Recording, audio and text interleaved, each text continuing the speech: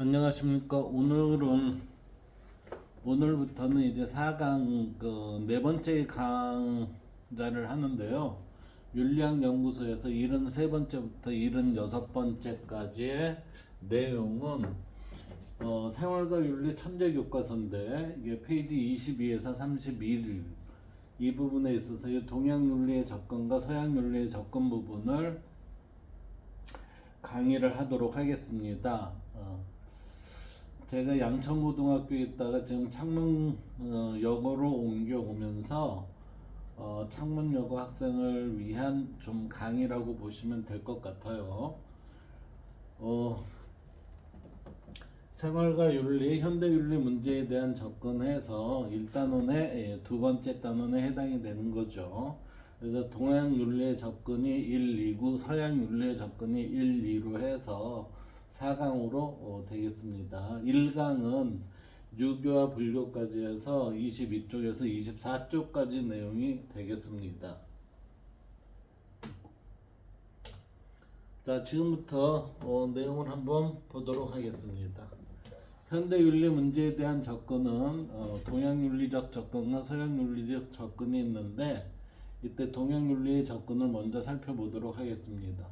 자, 우리는 천재 교과서에서 보면 봄, 사계절로 해갖고 봄, 여름, 가을, 겨울로 내용을 정리를 하고 있어요. 이때 생각해 봄이라는 거는 우리가 일종의 미래에서의 생각 열과 같은 건데 지금 이 그림에서 보면 다음 상황에서 엄마의 말을 통해 알 수 있는 동양윤리 접근의 특징을 유추해보자 그랬어요. 지금 여학생이 아빠 저 감기인 것 같아요. 그러니까 아빠는 가만 보자 감기약이 어디 있더라 하면서 우리는 양약을 찾기 시작을 했습니다. 그런데 엄마의 입장은 뭐라고 해요? 몸이 약해졌구나. 몸에 좋은 음식을 해줄게 라고 해서 영양 보충이 될 수 있는 그러한 음식을 어머니는 찾고 있죠.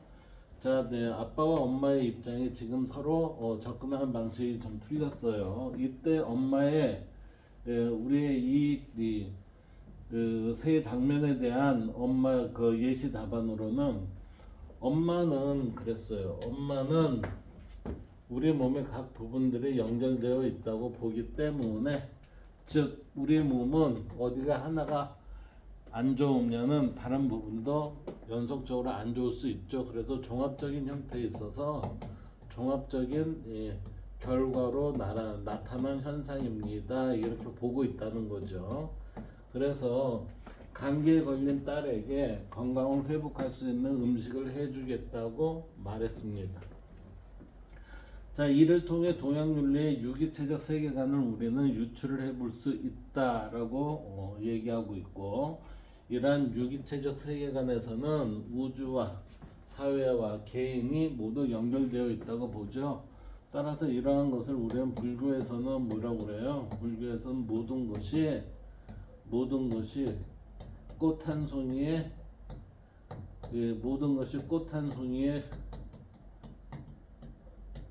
내용과 같다 이렇게 얘기를 하죠. 꽃이 한 송이가 이게 피기 위해서는 무수한 세월에 있어서의 영양분과 이 영양분의 축적이죠. 이 축적에다가 플러스 뿌리와 줄기와 그 다음에 잎사귀와 그 다음에 여기에 대한 햇빛과 그대로 또 우리가 지표에 있는 수분 이러한 것들이 총체적으로 합쳐져서 한 송이 꽃이 핀다고 그러죠. 그래서 우리는 한 생명이 태어날 때 모든 관계는 유기체적 관계에서 나타나는 하나의 결과이다라고 보기 때문에 동양 쪽에서는 우주와 사회와 개인, 즉 자연과 공동체와 개인의 본성이 모두 연결되어 있다 이렇게 보고 있다고 합니다.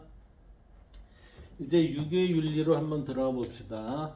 유교의 윤리는 도덕적 세계관과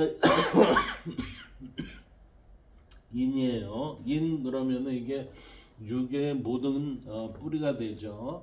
그래서 유교에서는 천지 만물에 인이 예지라는 도덕적 가치가 내재해 있다고 해요. 이 인이 예지의 네 개의 가치는 맹자에 의하면 어디에서 나와요? 이게 사단에서 나오잖아요. 이게 사단에서 우리는 이것이 비롯됩니다라고 하면서 사단에서 이게 측은지심, 수호지심, 사양지심, 그 다음에 십이지심이라는 이 네 개의 마음이 있는데 이 마음을 우리는 선한 마음, 선심이라고 얘기를 하죠. 이 선심은 바로 뭐예요? 발음을 얘기하는 겁니다. 이 발음이 행위적으로 나타났을 때 우리는 그걸 의 이렇게 얘기한다고 그랬어요. 그래서 유교에서는 천지 만물에 인이 예지라는 도덕적 가치가 내재되어 있습니다. 그러므로 인해서 우리는 천지 만물은 누가 만들었다고 그랬어요? 천이 만들었죠. 따라서 천을 어떻게 봐요? 도덕적 가치의 그 원리로 보고 있죠. 이러한 내재에 있으며 이러한 속성을 온전히 이어받은 존재가 누구예요? 우리 인간이라는 거죠. 그 인간이 만물의 영장이죠. 왜? 이 천의 속성을 그대로 우리가 이어받은 인간이 모든 거에 있어서의 최고의 기독교에서 보면 위계의 꼭대기에 있다고 그래서 만물의 영장 이렇게 얘기하고 있어요. 그래서 누구나 우물에 빠지려는 아기를 보면 불쌍히 여기는 마음이 드는 것처럼 이거는 뭐예요? 이거 본성적으로 이제 얘 느낀다는 거죠. 본성적으로. 이게 일종의 뭐 어떻게 보면 칸트에 있으면은 칸트에 가면 이게 선의지라고 그러는 거죠. 우리가 이거는 저게 빠지면 죽겠네. 그렇다면 이것저것 내가 이익을 생각 안 하고 우선적으로 달려가는 거. 그게 뭐죠? 당연한 측은지심의 본성이 드러나는 우리의 인간의 마음이라는 거죠. 사마리아인의 자기와의 적대적 관계에 있는 유대인을 치료해갖고 살려주는 그러한 마음이 뭐예요? 측은지심과 같다는 거예요. 그래서 우리는 누구나 우물에 빠지려는 아기를 보면 불쌍히 여기는 마음, 즉 측은지심이 드는 것처럼 이걸 우리 측은지심을 그래서 우리는 본연지심 이렇게 얘기하기도 해요. 이것처럼 인간에게는 선한 본성이 있다라고 해서 맹자에 의하면 이걸 사단이라고 얘기하고 있습니다. 이러한 본성을 현실에서 실현할 수 있는 능력, 이게 뭐죠?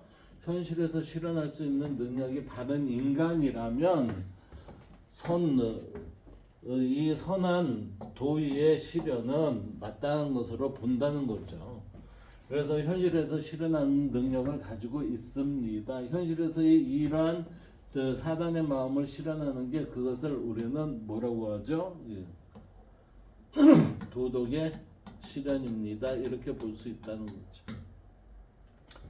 그래서 유교는 이러한 인간이 자연의 일부이면서 천지와 더불어 만물이 조화롭게 자라도록 하는데 참여할 수 있다고 여긴다는 점에서 유교는 뭐예요? 인본주의적 면모를 지닌다라고 이렇게 보고 있습니다. 그래서 유교는 뭐요?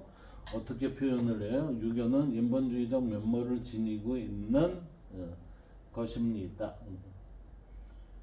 자, 이제 도덕적 세계관이라는 게 무슨 뜻인지 한번 봅시다. 이러한 우리는 천으로부터 부여된 인간이 도덕적 가치는 뭐예요? 도덕적 가치가 내재된 존재로서의 인간이죠. 따라서 도덕적 가치가 내재된 존재로서의 인간 세계는 도덕적 세계관에 근거하여 유교에서는 일상의 평범한 세계, 즉 공동체의 삶을 중시하고 있죠. 그래서 나만이 아니라 나와 더불어 나와 타자와의 관계에서 바람직한 형태의 삶을 살고자 하는 그런 자세를 우리는 중시한다, 이렇게 본다는 거죠. 그래서 평범한 세계란 나와 가족, 이웃, 국가가 있는 곳이죠. 지금 내가 있는 이곳이 내가 생활하고 있는 그 공간이라는 거예요. 그 공간이 평범한 세계라는 얘기죠. 우리는 이러한 평범한 세계에서 가정을 꾸리며 일을 하고 사회적 책무, 즉 공동체의 일원으로서의 삶을 살아가는 것을 다하며 살아가고 있습니다. 이러한 일상의 인간관계에서 실현해야 할 최상의 가치는 유교에서는 인이라고 얘기를 하고 있어요. 이러한 인에 대한 얘기는 인에 대한 얘기는 이인이 진정한 인간다움이라는 거죠. 진정한 인간다움이라는 거는 우리는 잘못된 게 아니라 바람직한 이 바람에 근거한 인간관계의 실현을 얘기하는 것입니다. 따라서 타인에 대한 사랑과 어진 행동을 의미하게 되는 거죠. 따라서 타인에 대한 사랑과 어진 행동을 의미한다는 거는 이건 뭐예요? 발음을 지킨다는 거예요. 발음을 지킨다. 발음을 지킨다는 거는 참을 실현한다는 거죠. 참을 실현하는 거니까 이거는 뭐예요? 진리의 가치를 우리가 구현을 하고 있다는 겁니다. 이게 진리의 가치를. 그래서 이러한 것은 이는 우리에게 뭐예요? 바른 관계를 갖게 하고 참을 실현하고 진리의 가치를 구현하는 내용이 인이 된다 이렇게 얘기를 할 수 있는 거죠. 근데 이 인은 뭐라고 그랬어요? 사람으로서 사람이 둘 이상의 바람직한 관계를 저는 인이라고 표현을 했었습니다. 그래서 이러한 바람직한 관계를 구현하기 위한 실천 덕목으로는 자, 부모와 자식 간에 있어서는 효가 있어야 되고 형제 간에 있어서는 재가 있어야 되고 그리고 임금과 신하와 임금 간에 있어서는 충이 있어야 되고 그 다음에 우리는 친구와의 사이에서는 신의가 있어야 된다라는 효제충신이라는 이 덕목과 그 다음에 오륜이라는 우리가 커다란 뿌리죠. 이는 효제충신 이것을 좀 더 구체화한 작업이죠.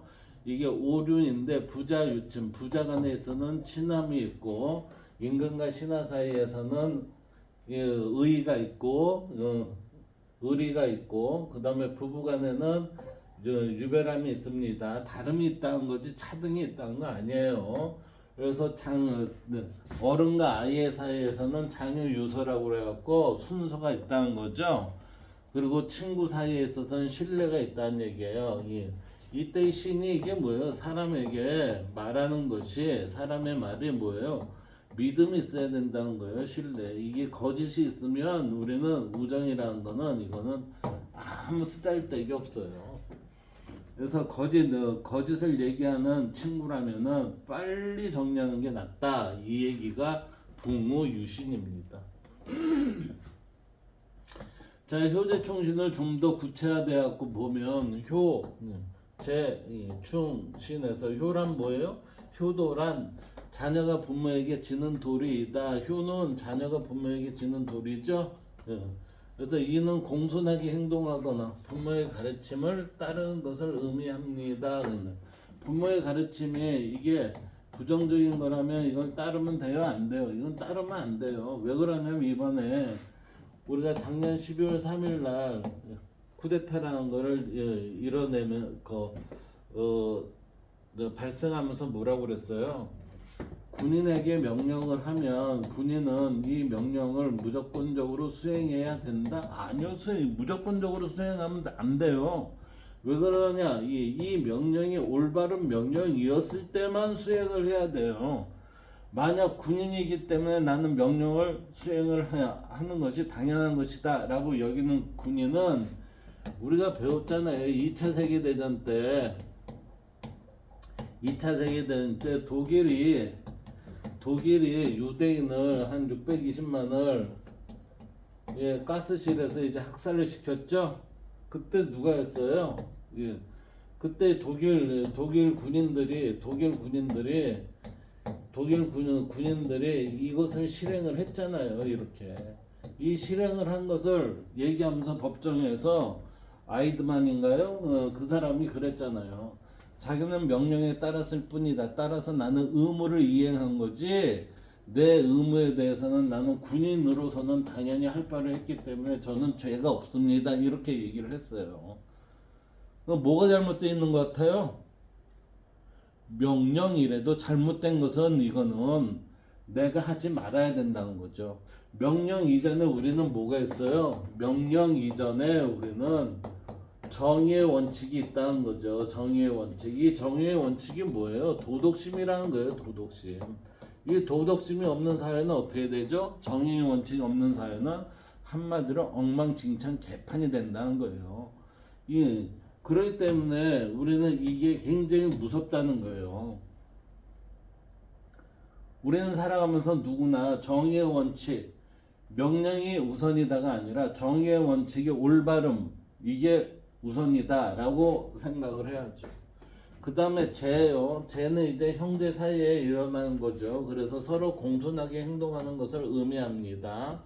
형이나 누나, 언니라고 그래갖고 함부로 동생들한테 하면 안 된다는 얘기예요. 이게 서로 간에 있어서 공손하게 하고 윗사람으로서는 아랫사람을 뭐예요? 아랫사람을 부린다라고는 하지만 이 부릴 때 뭐예요? 발음 정당하게 할 수 있는 말을 하는 거지. 무조건적으로 내가 나이가 더 위니 너 이거 좀 해, 이런 식으로 강요를 하면 안 된다는 거죠. 이런 건 아니라는 얘기죠. 그래서 우리는 죄라는 거는 서로 간에 있어서 존중과 사랑, 서로를 배려하는 마음이 바탕이 됐을 때 죄가 이게 잘 이루어진다는 겁니다. 그 다음 충이에요. 충이라는 거는 우리가 충성이라고 하죠. 예, 임금에 대한 믿음과 충성심을 의미를 해요. 이때 임금에 대한 믿음과 충성심을 의미하는데 이는 자신의 임무와 책임을 성실히 수행하는 것을 의미하는 겁니다.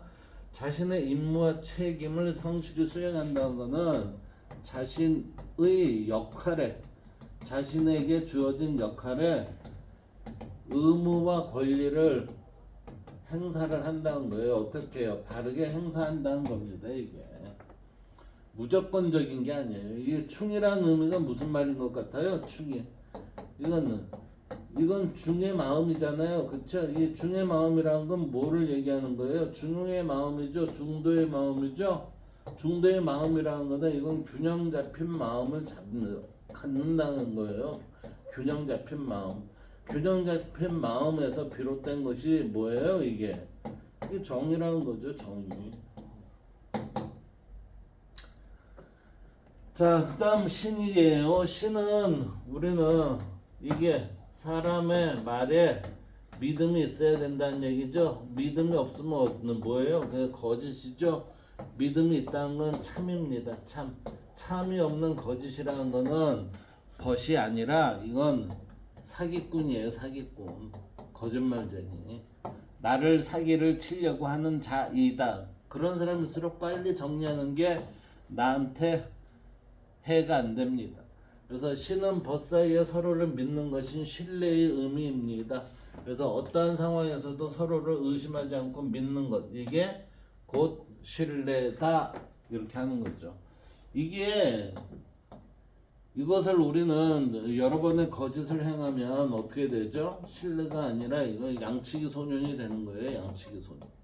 양치기 소년이 되면은 그 사람이 무슨 말을 하더라도 우리는 야, 쟤는 원래 저러니까 무시를 해 이러면서 이 사람은 신뢰가 있겠어요?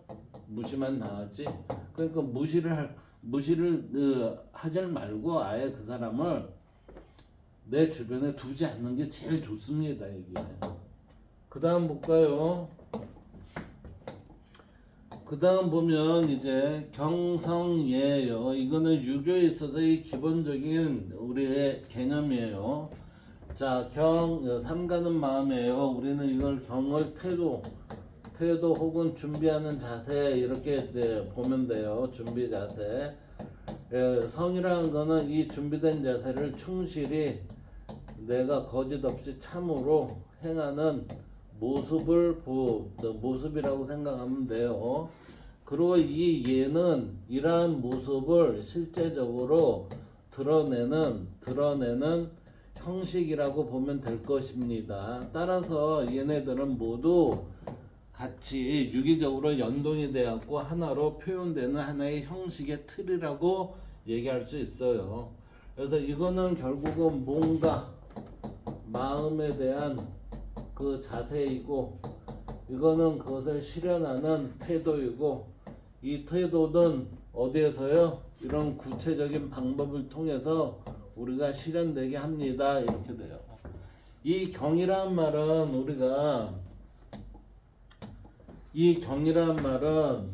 자, 얘기, 이 홍범구주 있죠? 홍범구주 중에 오사라는 편이 있어요. 오사라는 편에서 구용과 구사라는 게 있는데, 이 구용은 우리의 용모에 대해서 용모에 대한 이 것에 대한 이 다른 것을 유지하는 그러한 것들을 이제 9가지 사항을 얘기해 주는 거고, 구사라는 것은 우리가 우리의 마음에 어떻게 바른 형태에 유지할 수 있는 것을 얘기하는 거예요. 따라서 구영은 우리의 외면을 나타내는 거고, 구사는 우리의 내면을 나타내는 거예요. 외면과 내면이 바르게 형성이 됐을 때 이 형성이 되는 자세는 어떻게 드러나요? 경으로 드러난다는 겁니다. 경으로. 그래서 구용과 구사, 이거는 뭐예요? 개인의 삶의 하나의 표현입니다. 아름다운 표현이에요. 그러면 이 경을 확대하면 어떻게 돼요? 확장을 하면 그것을 우리는 팔정이라고 그래요. 팔정. 이 팔정이라는 거는 결국은 우리의 정치가 올바른 형태에서 정의가 실현되는 그러한 자세를 팔정이라고 합니다. 이거 역시 어디에 있어요? 홍범구주에 있어요. 그래서 이러한 오사와 팔정이 잘 이루어지면 그러한 세상을 우리는 오복이 실현된 세상입니다 라고 해서 어디에요? 홍범구주에 역시 나와 있어요. 이 오복이 잘 되는 세상을 우리는 뭐라고요? 대동사회라고 하고, 천국이라 하고, 불국토라고 하고, 유토피아라고 이렇게 얘기하는 현실의 사항이에요. 이거는 우리가 불가능한 게 아니라 가능한 세상을 이 지구상에서 한번 만들어 보자 하는 그 취지에서 지금 얘기하는 겁니다. 자, 그래서 이제 경성예에 대한 구체적인 사안으로 한번 들어가 봅시다. 인간은 하늘로부터 도덕적 본성을 받았죠. 자, 하늘인 천이 우리 인간에게 발음을 주었어요. 이 발음이 우리는 내적으로는 뭐라고 해요? 선이라 하고, 외적으로는 우리는 뭐라고 해요? 의라 합니다. 이 선과 의는 결국은 뭐예요? 발음의 결과이죠. 발음의 결과는 어디에서 나왔어요? 이건 천이 우리한테 부여를 했죠. 부여를 한 것이 우리가 발음에 대한 형태가 제대로 나오는 것을 우리는 성이라고 얘기를 합니다. 성. 따라서 이 성이 바르게 나왔을 때 그 사람은 성품이 괜찮다, 아니면 품성이 괜찮다 이렇게 얘기하죠. 이러한 사람은 어떤 사람이라고 그래요? 덕이 있는 사람입니다. 이렇게 얘기한다는 얘기예요. 그래서 여기서 보면 인간은 하늘로부터 도덕적 본성을 부여받아서 품수받은 거죠. 품수받은 존재지만 지나친 욕구, 뭐예요? 지나친 욕구에 의해서 이 품수받은 것을 오염시킨다는 얘기예요. 그러니까 지나친 욕구, 이기심, 질투, 편하고자 하는 마음, 즉 이거는 뭐예요? 이기적인 탐욕에 의해서 우리는 잘못된 행동을 할 수 있다. 부정한 행동을 할 수가 있다. 만약에 부여받은 존재로서 이러한 것을 이겨내는 것을 우리는 뭐라고 그러죠? 극기를 하고 수기로 해서 우리는 예를 회복하고 다른 사람을 안인하게 편안하게 해줍니다 라고 얘기하잖아요. 그렇기 때문에 우리는 잘못된 행동을 할 수 있다. 이런 잘못된 행동을 하지 않는 것을 발음을 지킨다. 이렇게 얘기하는 겁니다. 이러한 문제를 해결하기 위한 수양 방법으로 경과 성을 강조하고 있어요. 여기 보면 수양 방법이죠. 태도이고, 이 태도를 우리가 실천하는 걸 성이라고 얘기합니다. 이는 선한 분성을 보존하고 확충하는 것입니다. 선한 분성을 보존하고 확충하는 것. 맹자에 의하면 이게 뭐죠? 맹자에 의하면 이거는 호연직이에요. 호연직인데 이 호연직이를 우리는 아리스토텔레스에 의하면 이걸 용기라고 얘기하잖아요. 용기.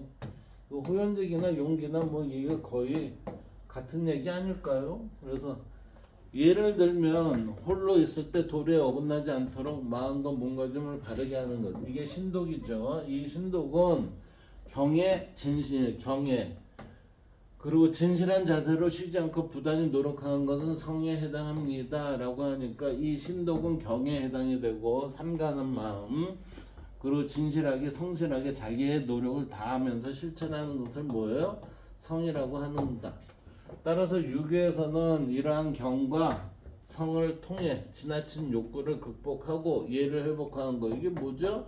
극기복례잖아요. 극기복례를 하여 하는 것이다 이렇게 돼 있죠. 그러니까 경과성을 통해서 지나친 욕구를 극복하고 예를 회복하는 것을 얘기하는 것입니다. 이렇게 됩니다.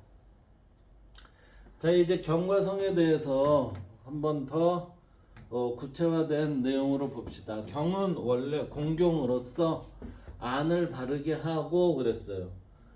자, 안을 바르게 하고 의로서 밖을 받는 방장하게 한다 그랬어요. 그러니까 공경으로서 안을 바르게 하고 의로서 밖을 방장하게 한다. 이거 뭐 바로 이게 흐트러짐이 없이 각을 지는 모난 모습을 방장하게 한다 그러잖아요. 예를 들면 그게 뭐예요? 군대 가면은 관물대라는 게 있어요. 관물대를 정리를 할 때 이게 삐딱하거나 이게 잘 정리되지 않으면은 우리는 선생님 같은 경우는 기합을 받았어요. 기합. 예. 그래서 그러한 부분들이 우리는 뭐예요? 바르게 하고 방장하게 해야 한다. 그래서 경이 직내하고 의의 방외한다라고 이렇게 표현한 거예요. 그래서 내 몸은 경으로서 닦아야 한다 해서 수기이경이라고 하고 수기경 등과 같은 논어의 구절에 근거한 수양법입니다. 하지만 본격적으로 중시된 것은 송나라 때 정호와 정의에 의해 거경이 강조가 됐습니다. 송나라 때가 성리학이 굉장히 많이 부흥을 했던 시기죠. 그때 우리는 정호와 정의, 주희가 송나라의 학문에 많은 발전을 일으켰습니다. 정호와 정의는 거경의 강조를 되면서부터라고 우리는 경에 대해서 굉장히 중요하게 여겼죠. 이후 주의가 거경복리를 강조를 하고 경에 거하면서 이치를 공부를 한다라는 것을 강조하고 우리나라에서는 조선시대 때 이황이 계승하여 이걸 좀 더 심화를 시켰습니다. 그래서 퇴계가 계승하여 퇴계 이황이 계승하여 심화를 시켰어요. 그래서 송나라에 있어서의 송나라의 성리학이 어디에요? 조선에 들어서 이게 심화 발전이 된 거예요. 심화 발전. 따라서 성리학의 최고는 어디에서 이루어졌어요? 예, 조선에서 이루어졌습니다. 조선에. 이때의 성리학이라는 건 최고의 학문이었거든요. 그 다음 성은 중흥에서 중요시된 수양법이에요. 혹은 삶의 방식입니다. 그래서 성은 진실함, 근면함이 포함되어 있는 것으로 이게 실천이 바탕이 되는 거잖아요. 그래서 천지자연의 운행 방식이기 때문에 완전한 성에 이르는 것은 거의 불가능한 일이라고 할 수 있다. 이게 천지자연의 운행 방식에 맞는 거라니까 이거는 뭐죠? 천지자연의 이거의 원리는 뭐였어요? 이 원리는 발음에 있는 것입니다. 발음. 이 발음이라는 거는 하나의 일지 상태인데 이 전이람이 뭐예요? 발음을 유지하는 거예요. 이 발음을 유지하는 그러한 것을 우리는 뭐라고 얘기해요? 무형계와 유형계의 그것을 넘나드는 그 관통의 점, 그게 정이라고 합니다. 정. 이것을 뚫으면 그것을 우리는 뭐라고 해요? 깨달았다 이 얘기하는 거예요. 깨달았다. 깨달았으면은 우리가 정함의 의미를 알고, 정함의 의미를 안다는 것은 일제의 의미를 알고, 일제의 의미를 안다는 것은 내 내적인 면의 선함이 보존이 되고 외적인 부분으로 의가 실현이 된다. 이러한 형태가 이루어지는 거예요. 이게. 따라서 인간은 이를 본받아 성하려고 노력하는 차원에서 살다가 간다고 보죠. 그래서 물론 성인 같은 예외의 경우도 있겠지만 대부분 인간은 성하려고 노력하는 것을 자신의 길로 삼았습니다. 자, 여기서 보세요. 여기에서 지금 여기에서부터 여기 문장을 보면 성인 같은 그랬어요. 성인은 뭐예요? 이미 이룩한 자죠. 이룩한 자니까 이 사람은 하나의 표준자예요. 표준의 실천자. 표준을 실천하는 자예요. 표준을 실천하는 자. 그러니까 인간의 모습에 뭐예요? 기준이 된다는 거죠. 기준. 그런데 다른 사람은 어때요? 다른 사람은 성하려고 노력하는 차원에서 살다가 그랬어요. 그러니까 이 사람은 기준에 닿지 못한 거죠. 기준을 행사하려고 하는 거죠. 행사하려고 하니까 우리는 뭐라고 해요? 기준에 닿기 위해 노력하는 자. 이것을 뭐라고 해요?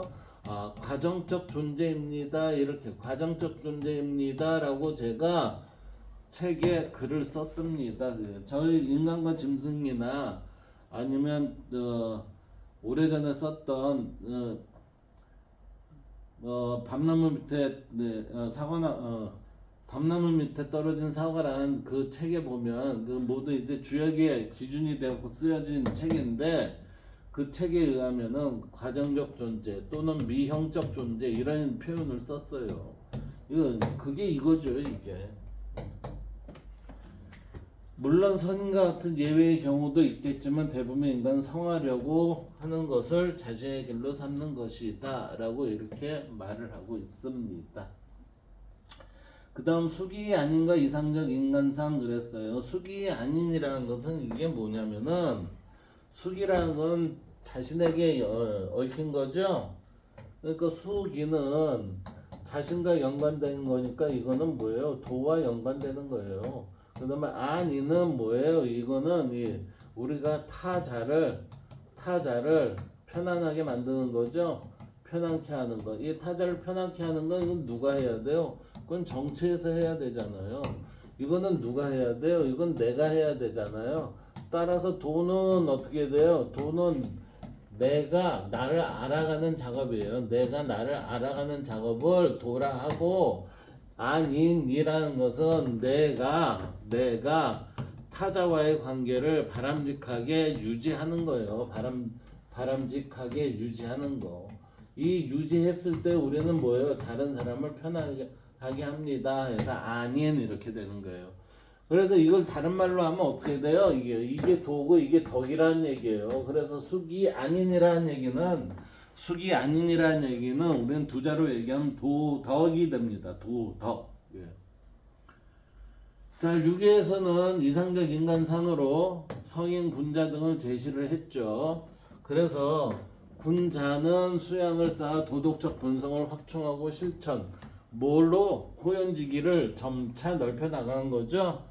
이것은 도의 뿌리를 받고 공명정대하고 조금 더 부끄러울 바 없는 도덕적 용기를 실천하는 것을 우리는 뭐라고 얘기합니까? 군자의 바른 자세다 이렇게 얘기하는 거죠. 자, 그 다음 일상 속에서 지극한 선을 실현하는 사람. 지극한 선을 실현하는 사람이라는 건 결국은 어떻게 얘기해요? 경물, 치지하는 자, 이게 뭐예요? 궁리하는 자 이렇게 되는 거죠. 경물치지를 인간에 적용을 했을 땐 지고지선하다 이렇게 얘기를 해요. 이게 지극한 선을 실현하는 사람이다. 지선은 뭐죠? 지선은 약수입니다. 상선약수, 지선약수 이게 같은 표현 아닐까요? 상선약수 이게 최고의 선은 물과 같습니다. 지극한 선은 뭐예요? 물과 같습니다. 이렇게 되면 이게 뭐예요? 노자의 사상이 되죠. 지선을 실현한 사람이다라고 하니까 이게 노자에 의하면 물과 같은 사람으로 표현하는 거죠. 이게 일상 속에서 물과 같은 사람이라는 건 겸손과 그 다음에 배려를 할 줄 아는 자 이렇게 되는 거죠. 그래서 성인과 군자는 자신의 몸과 마음을 수양하고 그러니까 이건 수기하고 그 다음에 가족과 나라를 다스리며 이게 치인하며 이거죠. 치인 수기치인인데 이것을 우리는 좀 더 사람을 다스린다 이것보다는 사람을 편안하게 한다 이게 오히려 부드럽고 더 좋은 용어 같지 않습니까? 하며 천하를 평안하게 한다 이게 편안하게 한다 그랬어요. 그래서 성인과 군자는 뭐예요? 수신, 제가, 치국, 평천하를 이룩하는 사람입니다. 그래요. 이거 아리스토텔 아니 플라톤에 의하면 이게 누구죠? 지혜로운 자죠. 지혜로운 자. 지혜로운 자를 뭐라고 그래요? 지혜로운 자를 우리는 철인 이렇게 얘기하잖아요. 이 철인은 뭐예요? 플라톤에 의하면 이데아를 본 자 이렇게 되잖아요.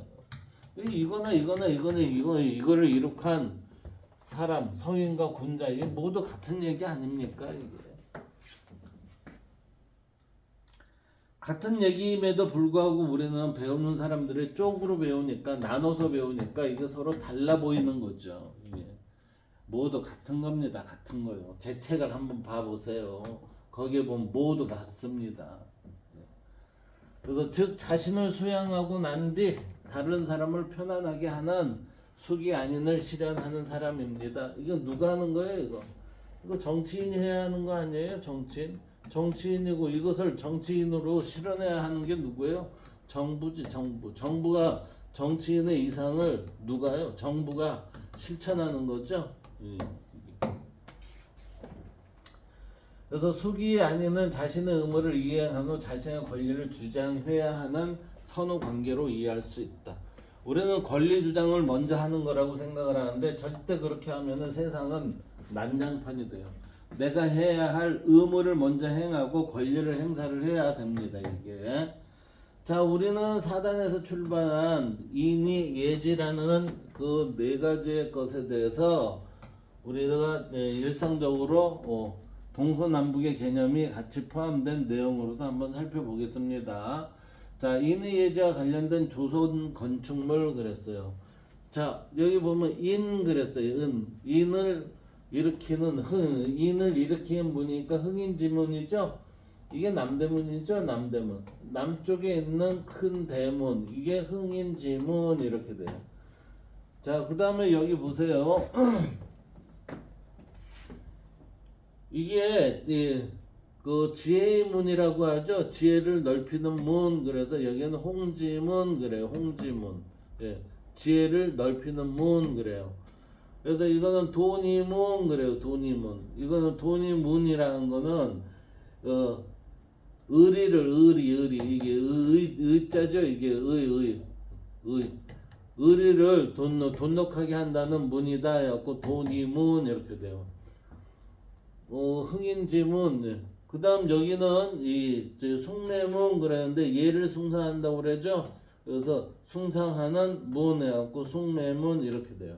위 건축물에서 인의 예지의 의미를 부여한 이유를 생각해 보자 그랬어요. 여기가 지금 동, 서, 남, 북 이렇게 되죠. 이게 동이고 이게 서, 동, 서 이게 남, 북 이렇게 된대요. 따라서 이게 동은 이게 흑인지문이 동대문이구나. 그러면 이 동, 그 다음에 돈이문은 이게 서쪽이죠. 예, 그러니까 서대문 자리가 이제 이렇게 되나 봐요. 그 숭례문 이게 남대문이죠. 남대문. 예, 요거 아닙니다. 그다음 여기는 북대문. 이게 북대문이라고 하는데 홍이문 이렇게 돼 있어요. 그래서 동서남북 해갖고 동서남북 해서 여기는 흥인지문, 서쪽은 돈이문, 그 다음에 남쪽은 남대문, 위쪽은 북대문 이렇게 되죠. 예, 동쪽에 인을 배치한 이유는 해가 뜨는 동쪽은 탄생에서 인이 시작한다고 보았기 때문임을 강조를 하고 있고, 이러한 내용에 대한 예시를 한번 살펴보면 이렇습니다. 자, 첫째, 우주를 도덕적 세계로 파악을 했죠. 누가요? 예, 유교에서 이렇게 봤어요. 유교는 천을 바탕으로 해서 도덕적 세계, 우주를 도덕적 세계로 파악을 했습니다. 그리고 둘째는 일정한 원리에 의한 정연한 질서를 가진 세계라고 했어요. 그리고 셋째는 이러한 질서를 누구에게, 백성에게 가르치고 싶어서 이렇게 했고, 그 다음 넷째는 지도자 역시 이 정연한 질서를 생각하며 살아야 한다는 취지에서 이 네 개의 건축물에 이름을 그렇게 붙인 겁니다. 자, 불교의 윤리 한번 봅시다. 불교의 윤리는 자, 연기가 기본이죠. 연기. 불교의 윤리는 연기인데 이 연기론이라는 거는 뭐냐면은 자요. 연기라는 거는 인연생기 있죠. 인연생기. 인연 원인으로부터 이끌어져서 우리가 드러나고 발생이 되는 겁니다. 이렇게 되는 거예요. 따라서 연기는 모든 현상이 생기소멸하는 법칙입니다. 모든 현상은 발생이 됐다가 사라집니다. 이렇게 돼요. 그러니까 우리가 아무리 어려운 일이 있어도 그게 사라질 때가 있다는 얘기예요. 그러니까 포기하지 않고 끝까지 자기의 의지를 가지고 진득하게 하다 보면은 뭐가 돼요? 모든 현상은 내가 원하는 바를 어떻게든지 갈 수 있는 길을 보게끔 된다. 단 포기를 하면 안 된다는 거죠. 그리고 자세는 어떻게 해요? 성실하고 꾸준히 해야죠. 놀면서 그렇게 하면 되겠어요? 안 되죠. 그래서 연기적 세계관과 자비 이 두 개가 불교의 윤리의 기본입니다. 연기적 세계관, 연기는 원인이 있으면은 따라서 조건에 부합이 되었고 결과가 발생이 되는 것을 우리는 연기라고 얘기를 해요. 자비라는 거는 이거 슬퍼하고 모든 것을 슬퍼하고 이거는 많이 사랑을 해주는 거죠. 그래서 남을 사랑하고 가볍게 여긴다라고 하는 부분을 우리는 불교의 윤리에 있어서 연기적 세계관과 자비를 말할 수 있습니다. 자, 연기라는 거는 이전생기의 줄임말이라고 그랬어요. 그래서 모든 현상이 무수한 원인과 조건에 의해 서로 관련되어 생겨나요. 그래서 원인 조건이 없으면 결과도 없죠. 따라서 우리는 어떠한 일이 발생되지 않으려면 원인을 없애버리면 돼요. 원인을. 그리고 원인이 있다 하더라도 거기에 부합되는 조건이 없으면 결과는 일어나지를 않습니다.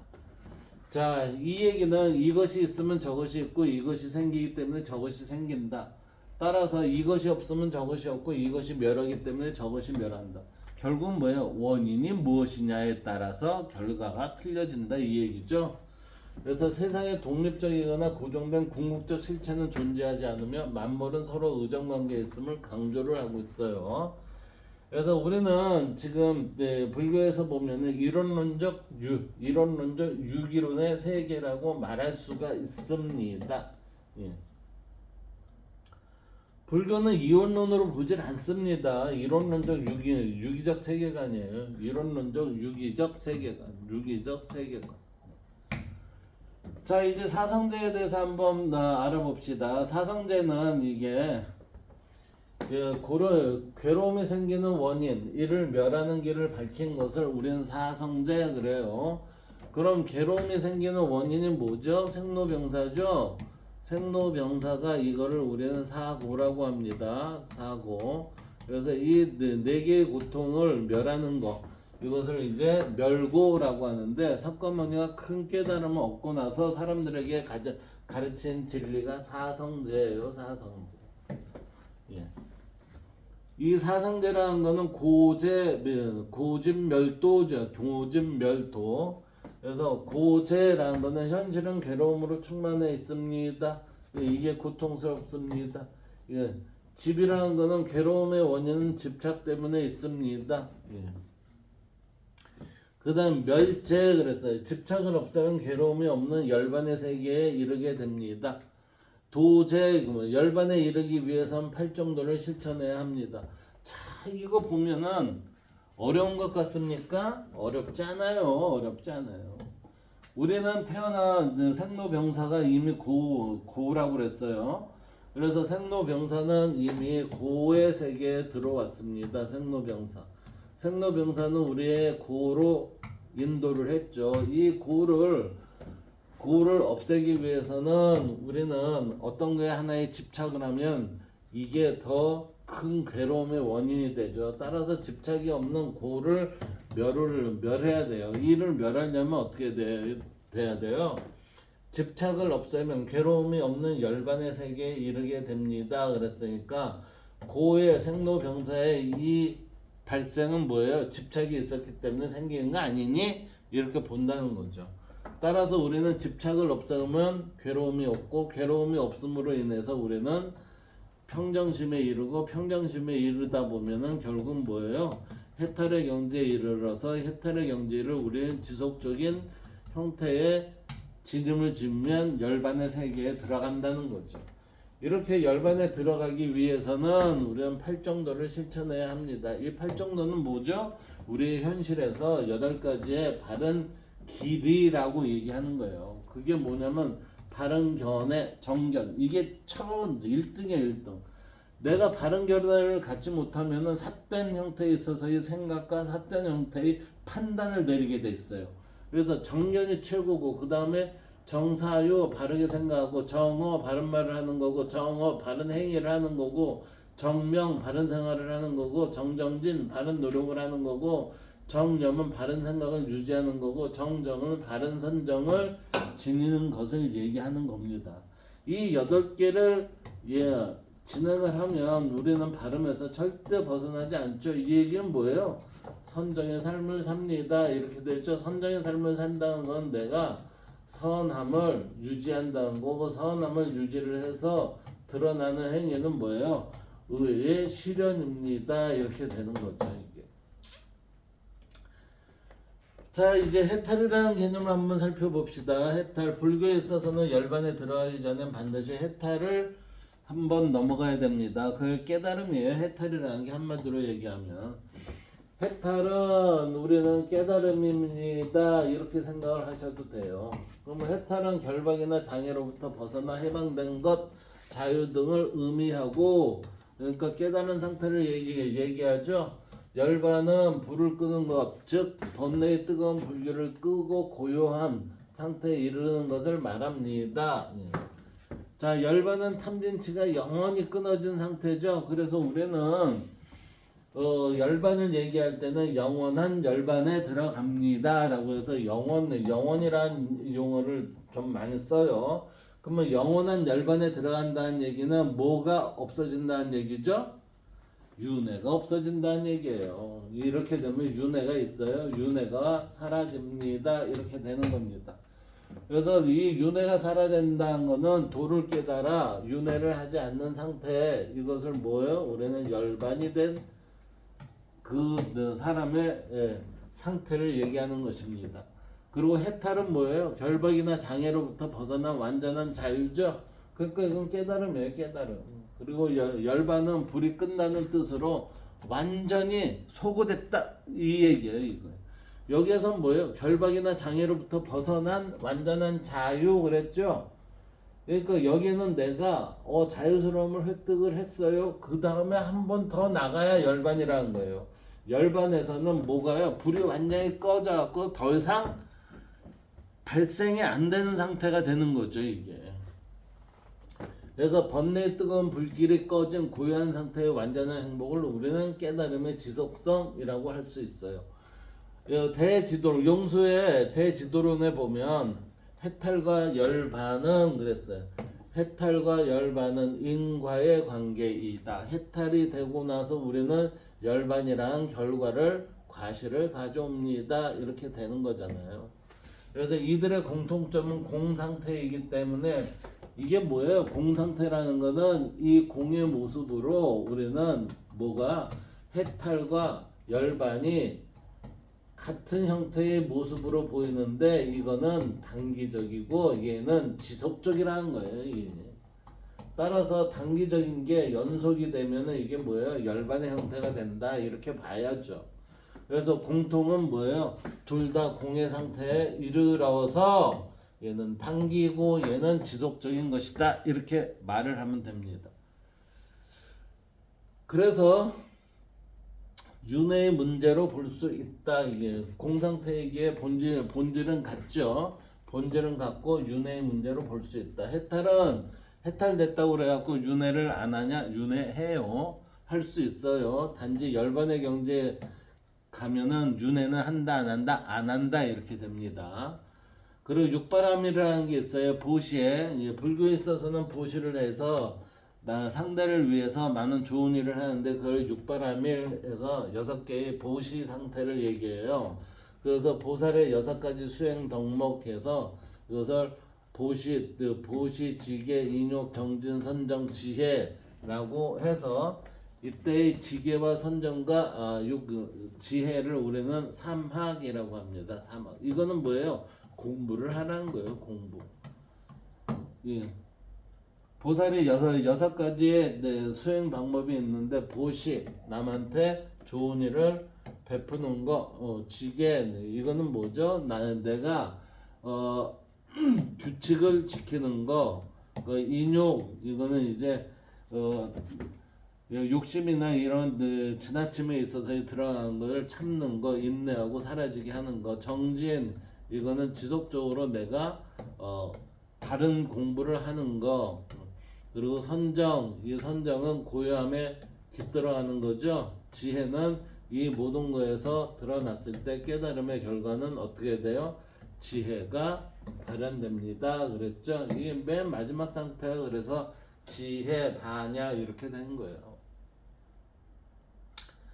자, 이제 봅시다. 불교에서는 모든 존재와 현생의 다양한 원인과 조건, 인연에 의해 생겨난다고 그랬죠. 이것을 우리는 연기론이라고 그런다고 그랬어요. 따라서 연기론에 따르면 만물은 독립적으로 존재할 수 없죠. 왜? 우리는 유기적 관계로 연결돼 있기 때문에 어떤 거 하나 독립적 존재는 없다 이렇게 본다는 게 불교의 입장이에요. 그렇기 때문에 상호 의존하고 있습니다. 이게 유기적 관계로 연결되어 있습니다. 이처럼 모든 존재는 만물은 인연에 의해 생겨났다가 없어지는 것이죠. 그래서 스스로 존재하는 고정된 실체가 없는데 이를 공이라고 합니다. 그래요. 결국 나라는 존재도 불변한 실체가 아니며 나와 다른 존재는 분리된 것이 아니므로 자신의 얽매여 있지 않고 세상 모든 생명을 차별하지 않는 사랑, 만물, 평등 사상인 자비의 실천이 강조된다. 자비는 만물 평등 사상이에요.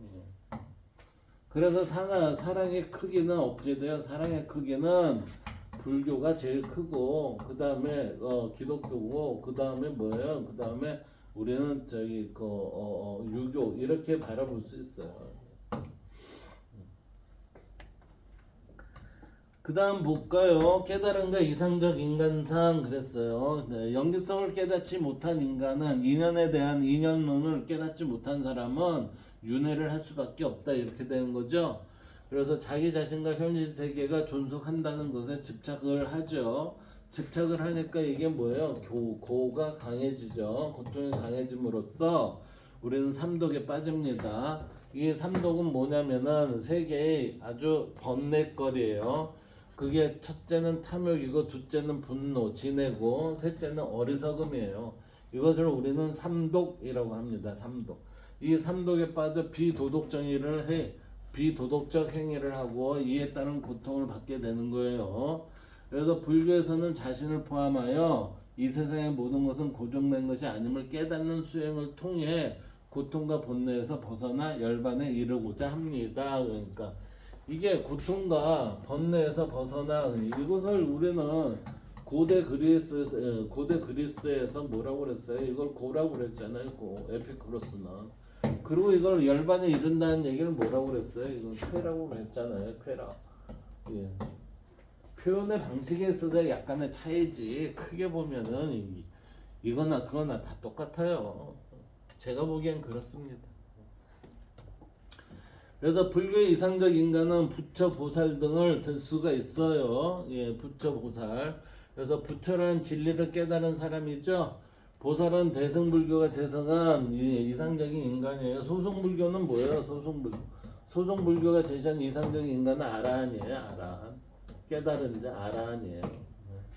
그래서 위로는 진리를 구하고 상구보리죠. 아래로는 중생을 구제하는 사람, 하와 중생, 이게 보살의 역할입니다. 그래서 이들은 육바람일 6가지 수행 덕목이 있었죠. 아까 저 위에서 보시, 지계, 선정 쭉 해갖고 6가지가 있었습니다. 이걸 실천을 하는 사람이 우리는 보살이라고 하고, 보살은 뭐를 해요? 육바라밀을 실천한다고 그랬잖아요. 육바라밀을 실천하는 자.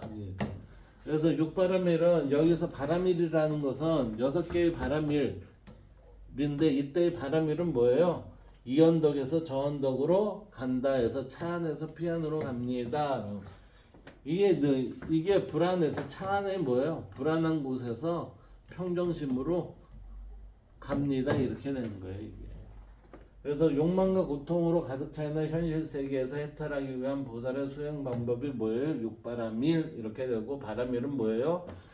고통의 언덕에서 쾌락의 언덕으로 넘어갑니다. 이렇게 된다는 거죠. 그래서 불교에서는 이러한 수행을 통해 고통까지도 즐거움으로 여길 수 있는 열반의 경지에 이를 수 있다고 봅니다. 라고 여기까지 해서